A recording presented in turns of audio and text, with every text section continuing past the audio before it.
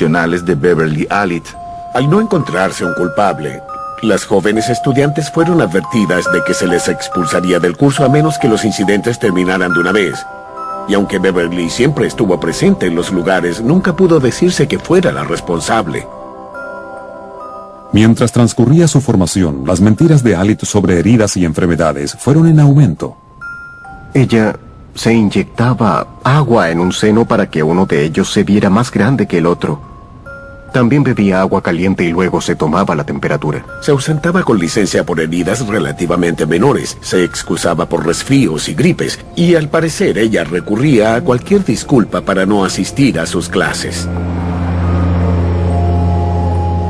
Entre 1988 y 1990, cuando el curso de enfermera terminó, ella tuvo que haber conseguido por lo menos unos 160 días libres a lo largo del periodo. Como resultado, aunque no logró aprobar, pasó su curso de enfermera con calificaciones mínimas.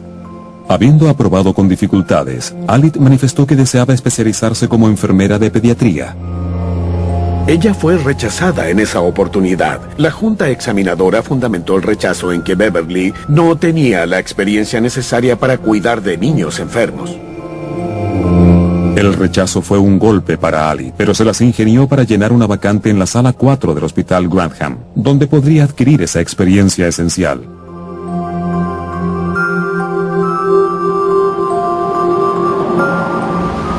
Este es el Hospital Grantham.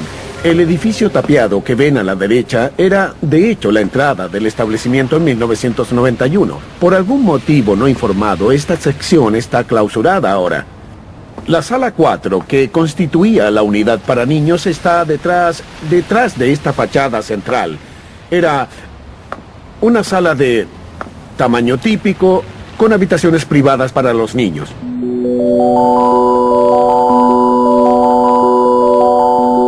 La sala 4 es la unidad pediátrica del pequeño hospital Grantham y Steven. Siempre había sido un lugar tranquilo con un flujo de niños aquejados de fracturas o con tubos de drenaje, habitualmente nada serio. Pese a la escasez de personal, las enfermeras se enorgullecían de su labor y había personajes de cómics en la decoración del lugar.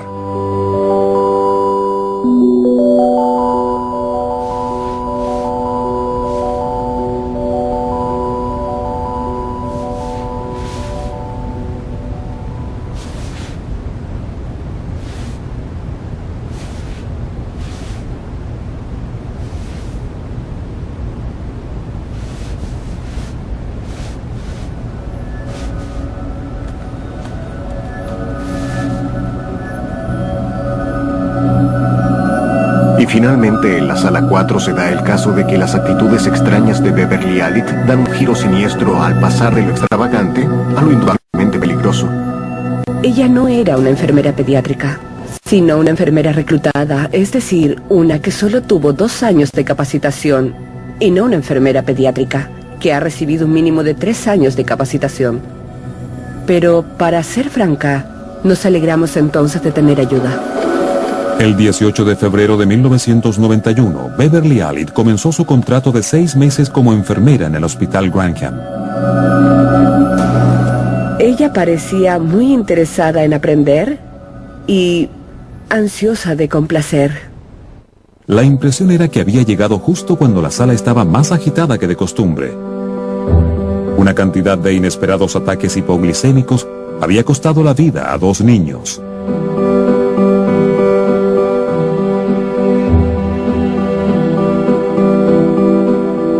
Las enfermeras con más experiencia de la sala nunca habían visto tanto movimiento. Recuerdo que considerábamos las posibles causas existentes. Quizás era una nueva infección que circulaba y nadie había detectado, o tal vez era una mala época para el hospital. Suele ocurrir. Hay niños demasiado graves y muchos de ellos mueren. Lo último que cabía esperar era que la asesina fuera una de ellas, mujeres que trabajan protegiendo a los niños. Trabajamos con mucha confianza. El día en que la perdamos, todo el sistema colapsará. En las 2 semanas siguientes, la situación de la sala siguió deteriorándose cuando 5 niños sufrieron en total 7 colapsos, y durante la crisis falleció la bebé de 9 semanas, Becky Phillips. Ella ingresó con dolor de estómago. Solo fue llevada al hospital porque había sido bebé prematura. La familia se inquietó, por eso la llevaron al hospital para que fuera examinada y así pudo superar una diarrea y vómitos. Quedó al cuidado de la enfermera Alice, pero al regresar a casa se puso grisácea, agitada y sudorosa. Tuvo un ataque, fue internada y murió. Becky no fue la única hija de los Phillips que padeció en manos de la enfermera Alice. Preocupados de que su hermana melliza Kathy tuviera el mismo mal, sus padres la internaron también como medida de precaución. En forma inexplicable, tuvo 2 paros respiratorios y fue resucitada, pero lamentablemente quedó con daño cerebral. Beverly fue considerada un ángel porque ella advirtió sobre el problema, llamó rápidamente por ayuda y aplicó tratamiento a Katie. Alice era otra vez centro de atención. Milagrosamente, siempre se encontraba en el lugar de los hechos y daba a los padres la impresión de que se esforzaba al máximo. Esos padres tuvieron tanto cariño por Beverly Alice que le pidieron entonces que ella fuera madrina de Katie Phillips. La joven enfermera Alice era un ángel. Había estado cuidando de Becky y de Kathy y siempre estuvo a mano para ayudar en los trágicos casos que se experimentaban en la sala 4. Sin embargo, al revelarse la verdad tras las muertes misteriosas, el mundo quedaría impactado. Dementes. Dementes. La Sala 4, unidad pediátrica del Hospital Grantham, ha tenido una serie de pequeños pacientes afectados por ataques inusitados. Uno de ellos fue de Paul Crampton, de 5 meses. El 12 de abril, 16 días después de pasar a un laboratorio, la sangre de Paul Crampton fue analizada, y el resultado fue una mala noticia. Los expertos examinadores descubrieron 500 milésimas de insulina por litro de sangre, lo cual es muy extraño ya que en un bebé deberían ser entre 10 y 15 milésimas por litro. Puesto que el niño se había recuperado espontáneamente, concluyeron que podía tratarse de una muestra alterada o que la criatura había sufrido una insulinoma o disfunción del páncreas, que después se había autocorregido, de modo que no se adoptó medida alguna sobre ello. Un niño es hospitalizado por estar enfermo, de manera que su fallecimiento no es algo poco común, no es un hecho extraño, porque hay personas que mueren en los hospitales. Nunca pensé que estuviera ocurriendo algo extraño, causado por una persona. Es impensable que alguien que esté a cargo de un niño vaya a dañarlo. No puede ser. Era impensable entonces y es impensable hoy. En las 2 semanas siguientes colapsaron otros 10 niños y para mayor horror hubo otra muerte. El 22 de abril, Claire Peck, paciente asmática de 15 meses de edad, ingresó a la sala 4 con un ataque severo. Claire Peck era una pequeña muy hermosa que había sido paciente nuestra en varias ocasiones debido a su severo cuadro de asma. Se le internaba, se le trataba y volvía a casa. Un médico habló con la familia para intentar reconfortarla. Mientras hacía eso, Beverly quedó sola con la niña en el cuarto de tratamiento. En forma casi inmediata dio una alarma diciendo que la pequeña había dejado de respirar. Llegó el equipo de reanimación y recuperó de urgencia a la bebé. Y ella comenzó a estabilizarse. El médico fue nuevamente a hablar con la familia y otra vez, en cosa de minuto y medio, Beverly Alice da la alarma de que la niña no está respirando. Pese al gran esfuerzo del equipo de reanimación, la criatura no recupera la respiración y tristemente fallece. El día que murió Claire Peck, creo que fue el peor para todos. No podíamos creerlo. Era difícil aceptar que la niña había muerto. Quedamos todos muy alterados, esperando que apareciera alguien para darnos una respuesta aclaradora. Con los médicos carentes de una explicación concreta, parecía quedar solo una explicación. El asesino estaba más cerca de lo imaginado. Las autoridades del hospital contactaron a la policía. El día 30 de abril de 1991, como superintendente de detectives, recibí una llamada con la indicación de que algo ingrato ocurría en el Hospital Grantham. La primera reunión oficial tuvo lugar en el establecimiento el 3 de mayo de 1991 y asistieron muchas personas, incluidos los pediatras especializados, doctores Danayakara y Porter, más un experto, el profesor David Hall. Se solicitó al profesor David Hall que produjera un informe independiente basado en los detalles clínicos de 14 casos. Él llegó a la conclusión de que solo 3 casos eran preocupantes y que uno de ellos, el de Paul Crampton, le concernía directamente porque sus detalles evidenciaban actos maliciosos.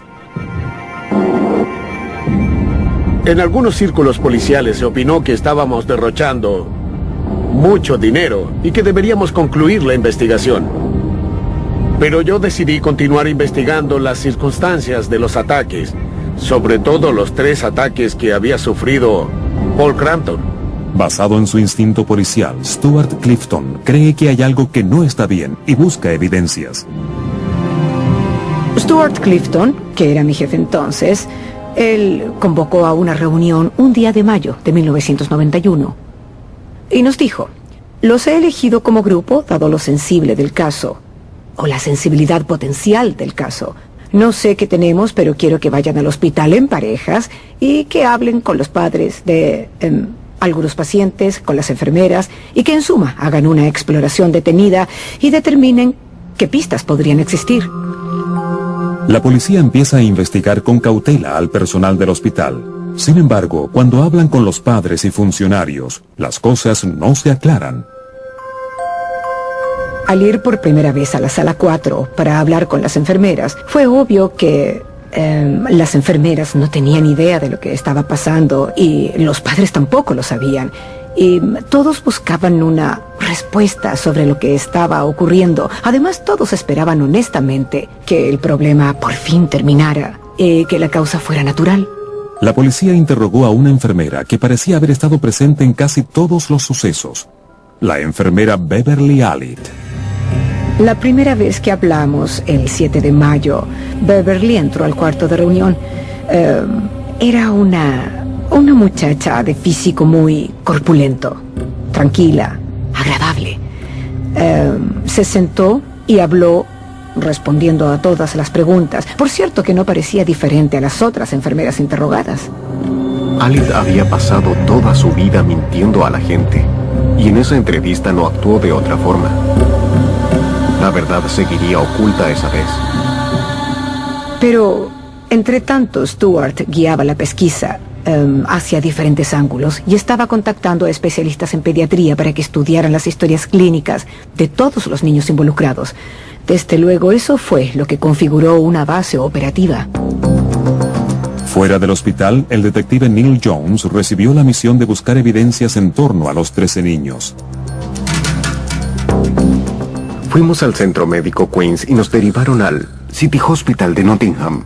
En ese lugar encontramos un gran congelador especial para muestras de sangre, las que se habían hecho a los niños hospitalizados por potenciales taras genéticas, análisis de desarrollo y otras enfermedades. Creo que hay que eliminarlas pasados 3 a 6 meses. El recambio por espacio no se había completado, de modo que recuperamos 9 muestras de sangre de las 13 correspondientes a niños enfermos. Esas muestras fueron enviadas al profesor Vincent Marks en la Universidad de Surrey. Entre ellas estaba la muestra de Paul Crampton, que se analizó por segunda vez. Lo que descubrió Marks fue asombroso. El nivel de insulina en la sangre no era de 500, sino de 47,000. El segundo nivel más alto registrado en el mundo. Nos pusimos a investigar por qué existía tal discrepancia entre Cardiff y la Universidad de Surrey. Y se descubrió que la máquina en que se analizó la sangre en Cardiff estaba calibrada para 500 y que limitaba la medida